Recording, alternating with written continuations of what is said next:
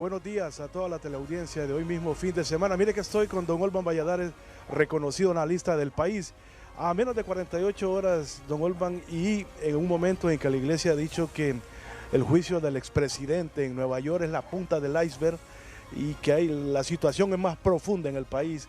¿Qué valoraciones hace al respecto lo que ha dicho la conferencia episcopal? Totalmente de acuerdo.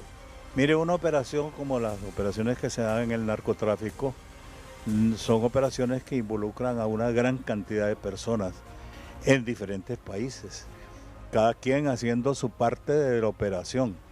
En este caso se ha centrado la vista en el expresidente Juan Orlando, pero sencillamente porque es una figura emblemática en el sentido de que es un expresidente de la República, cometió los actos que se supone que los hizo en tiempos durante estaba ejerciendo sus funciones, y por eso es que entonces hemos concentrado. Pero una vez que ese juicio esté terminado, ¿qué es lo que va a pasar? En el país interiormente habrá otra cantidad de personas involucradas que los norteamericanos no perseguirán. Pero la gran pregunta es, ¿y las autoridades hondureñas los van a perseguir o ahí va a terminar el caso?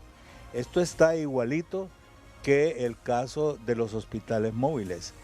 Ahí el chivo expiatorio se llama Marco Antonio Bográn. Y ahí tiene que haber habido involucrados otra cantidad de personajes, porque es una cantidad demasiado grande para que una decisión la haya tomado un funcionario de segundo nivel. Ahí tiene que haber habido alguien que pudiera dar órdenes superiores para poder haber hecho lo que se hizo. ¿Viene un efecto dominó, cree usted, después de este juicio? Tengo mis dudas, y tengo mis dudas porque ya sería asunto de la fiscalía, y dependiendo qué tan grandes, si tengan grandotes, y cuánta influencia política pudieran tener los otros más que estuvieran agregados a esa operación ilícita, entonces ahí se va a calmar las aguas. Nos vamos a conformar todos con que hubo alguien que expió las culpas de todos los demás, que es Juan Orlando Hernández, y se va a quedar allá. Pero la verdad es que tiene que haber habido otras personas más, porque la operación es demasiado grande y demasiado extensa. Olvan, bueno, la propia iglesia decía que hay que hacer mucho en el país para recuperar la institucionalidad que se ha debilitado con el narcotráfico y por ende con la corrupción. Entonces, ¿qué hacer? En lo que sucede en Nueva York realmente, si no se hace nada dentro del país, ¿va a cambiar el rumbo del país o hay que hacer algo a lo interno? No, hay que hacer algo. Mire, aquí hemos venido hablando de lucha anticorrupción desde hace muchos años. La verdad es que esta corrupción, tanto el narcotráfico como todas las demás corrupciones dentro de la estructura gubernamental, no son de ahora. Esto no viene de los últimos 12 años. Esto se remonta a 15, 16, 20 años o más todavía. Yo recuerdo que en tiempo de los gobiernos militares también hubo acciones dolosas que nunca fueron en realidad investigadas ni se aplicaron las sanciones del caso. Entonces la iglesia tiene razón en el sentido de que hay que leerle entre líneas lo que la iglesia está diciendo. Está diciendo: despierten, hondureños, despierten, y hay que proseguir si se quiere en realidad tener una acción anticorrupción efectiva. Pero si nos vamos a quedar solo con pronunciamientos, y nos van a dar otros 50 años más y vamos a seguir hablando de la misma corrupción.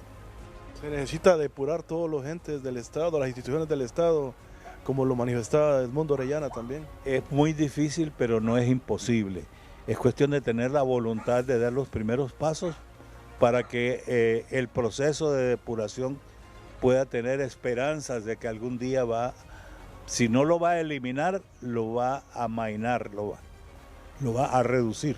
Esa depuración, ¿qué instituciones debe alcanzar, don Omar, a su criterio? Mire, a todas, porque la corrupción no se centra ni en presidencial ni en ninguna de las otras secretarías, es todo el engranaje gubernamental, desde el pequeño corruptor, desde la corrupción del agente de tránsito que acepta una mordida para dejar libre una infracción de tránsito, hasta el funcionario más alto, al último nivel, que acepta grandes donaciones grandes contribuciones, ya sea para las campañas políticas o sea sencillamente para beneficio personal.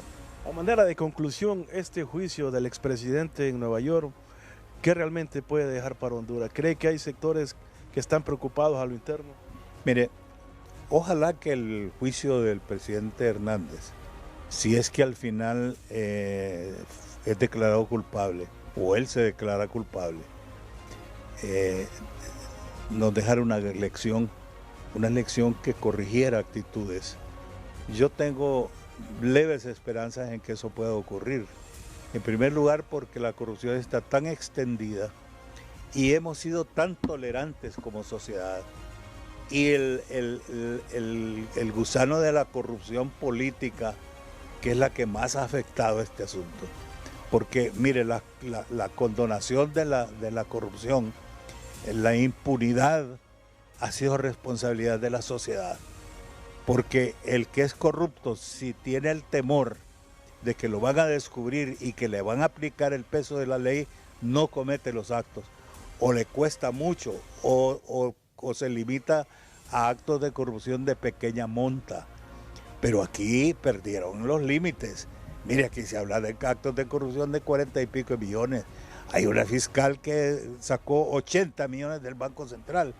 Y yo todavía tengo un mal sabor de boca en el sentido de que una institución tan seria, tan noble como ha sido el Banco Central desde su inicio, ¿cómo es posible que sus sistemas puedan ser tan frágiles y tan débiles y tan reprochables que permite que un funcionario X pueda sustraer 80 millones de lempiras de las arcas del Banco Central, cuando ahora la banca, de acuerdo con las modalidades que existen internacionalmente, hasta para sacar $100 o un poquito de dinero les curga hasta los calcetines a uno.